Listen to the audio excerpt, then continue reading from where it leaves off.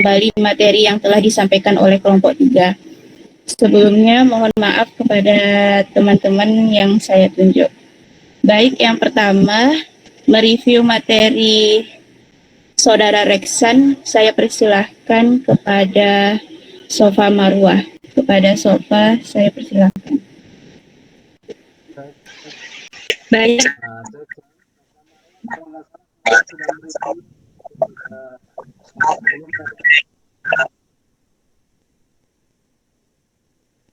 Ya, Pak.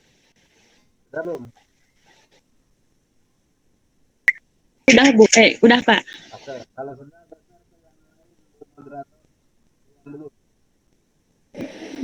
Oke, baik, Pak.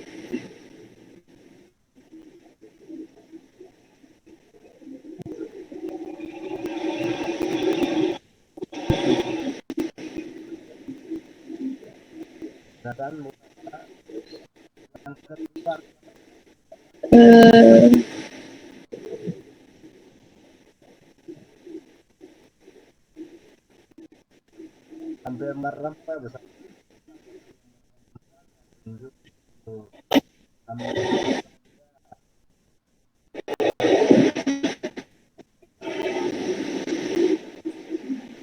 Ayo. Iya, Pak. Sebelumnya saya mohon maaf.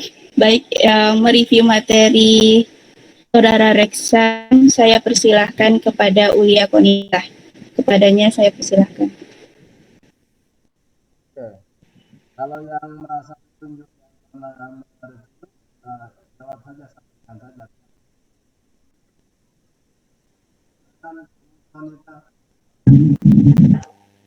Baik, saya akan mereview dari materi yang telah disampaikan oleh Reksan tentang kepemimpinan dan manajemen.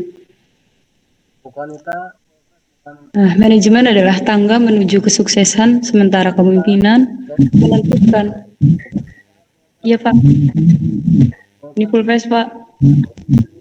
Nanti suaranya, Pak. Udah full face, Pak.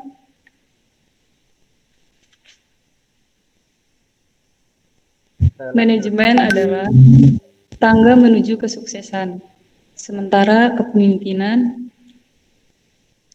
menentukan apakah tangga itu bersandar pada dinding yang tepat. Nah, hubungan praktisnya adalah salah satu fenomena hubungan praktis antara manajemen dan kepemimpinan. Kepemimpinan membutuhkan strategi yang baik.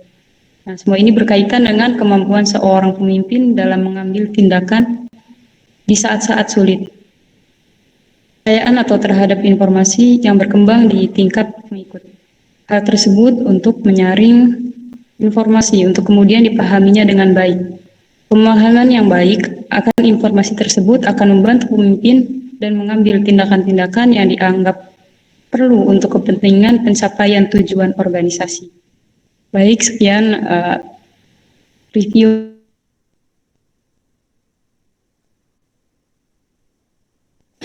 Kepada moderator.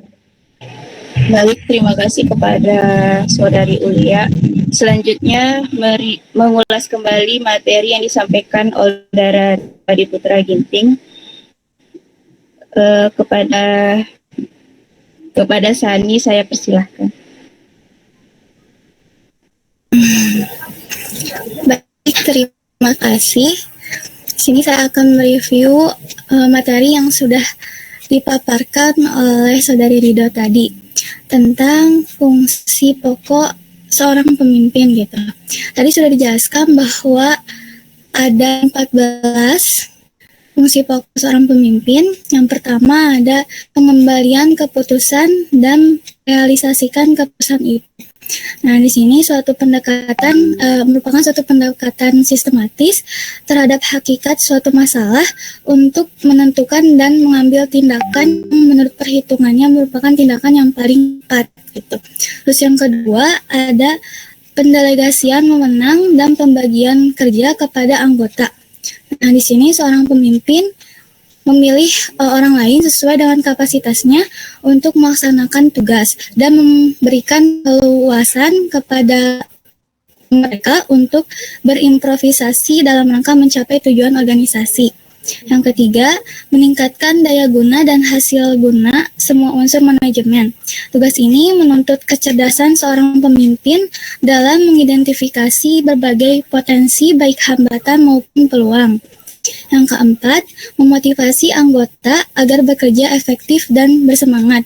Tentu bekerja efektif ini tidaklah mudah gitu, maka setiap pemimpin hendaklah memberikan motivasi terhadap anggotanya. Yang kelima, mengembangkan imajinasi, kreativitas, dan loyalitas anggota. Nah, di sini seorang pemimpin harus mendukung anggotanya untuk bertindak imajinatif, kreatif, dan memiliki loyalitas terhadap organisasi. Yang keenam, titik pramkarsa penglihatan dan pengendalian rencana. Seorang pemimpin berupaya untuk menggiatkan seluruh komponen administrasi dengan cara mengendalikannya agar tetap berada pada jalur yang telah ditentukan. Yang ketujuh, mengkoordinasi dan mengintegrasi kegiatan-kegiatan pengikut. Hal ini berfungsi untuk menetapkan tujuan-tujuan organisasi tanpa mengganggu kreativitas kerja. Yang kedelapan, penilaian prestasi dan pemberian teguran atau penghargaan. Hal ini mampu mempertahankan dan meningkatkan motivasi kepada anggota organisasi. Yang kesembilan, pengembangan pengikut melalui pendidikan dan pelatihan. Hal ini juga berupaya untuk pelestarian dan peningkatan kualitas anggota organisasi. Yang kesepuluh, melaksanakan pengawasan dan tindakan-tindakan perbaikan jika diperlukan. Hal ini merupakan supervisi agar kekeliruan dalam organisasi dapat segera diantisipasi. Yang ke-11, memelihara aktivitas-aktivitas organisasi sesuai izinnya. Ke-12, mempertanggungjawabkan semua tindakan kepada organisasi, anggota publik, dan semua pihak terkait. Yang 13, membina dan mempertahankan kelangsungan hidup organisasi. Dan yang terakhir, pemberian kompensasi ketenangan dan keselamatan anggota yang dipimpinnya. Segitu saja dari saya kembalikan kepada moderator. Baik, terima kasih kepada Saudari Sani Nur. Selanjutnya mereview materi dari Rianti Sri Rahayu. Kepada Zulfa Al-Fajuriana, saya persilahkan. Baik, terima kasih kepada moderator. Di sini saya akan mereview materi yang disampaikan oleh Saudari Rianti. Perbedaan praktis antara kepemimpinan dan manajemen.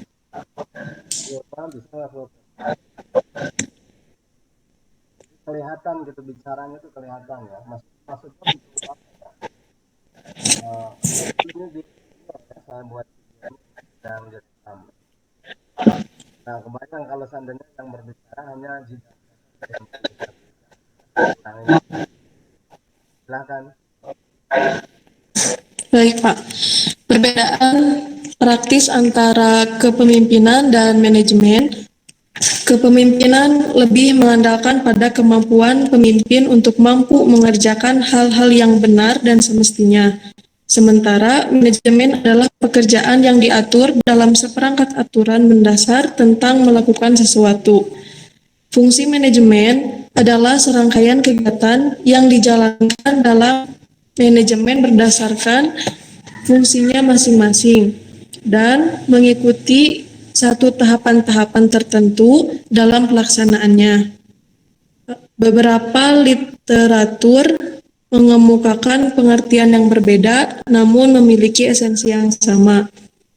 Mungkin sekian, Pak. Saya kembalikan kepada moderator.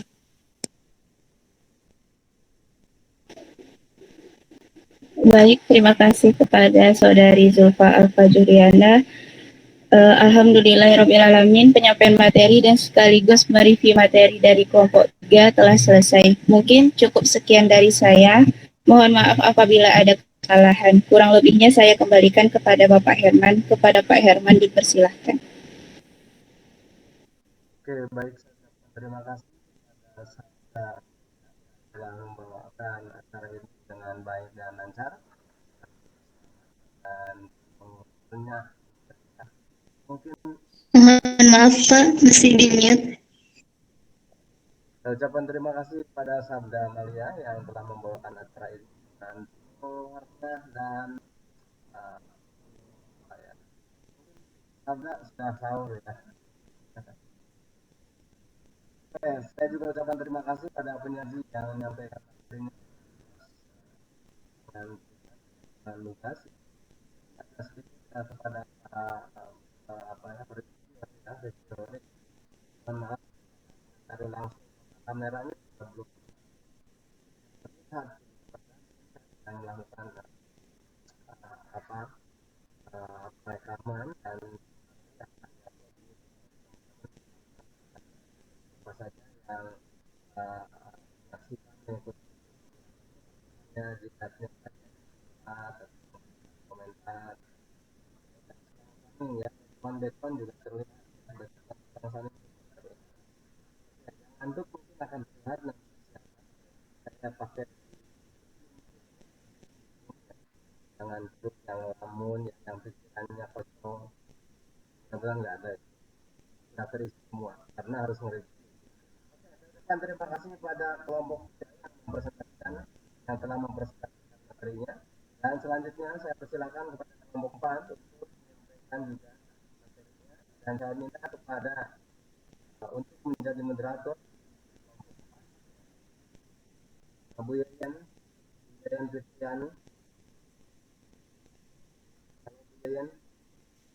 Hadir, Pak. Oke, Bu Yayan saya minta untuk menjadi moderator penyajian presentasi kelompok 4 dan silakan Bu Yayan dan menyampaikannya. Untuk di kelompok 4 tidak ada sesi ya. Yang ada adalah sesi tanya ya. Nah, bikin siapa tunjuk ya tunjuk saja lah posisinya. Si A tanya, si B harus bertanya. Ya. Silakan kepada Bu Yayan Kristiani dan kelompok penyanyi saya silakan kelompok 4. Terima kasih Bu. Ya. Baik,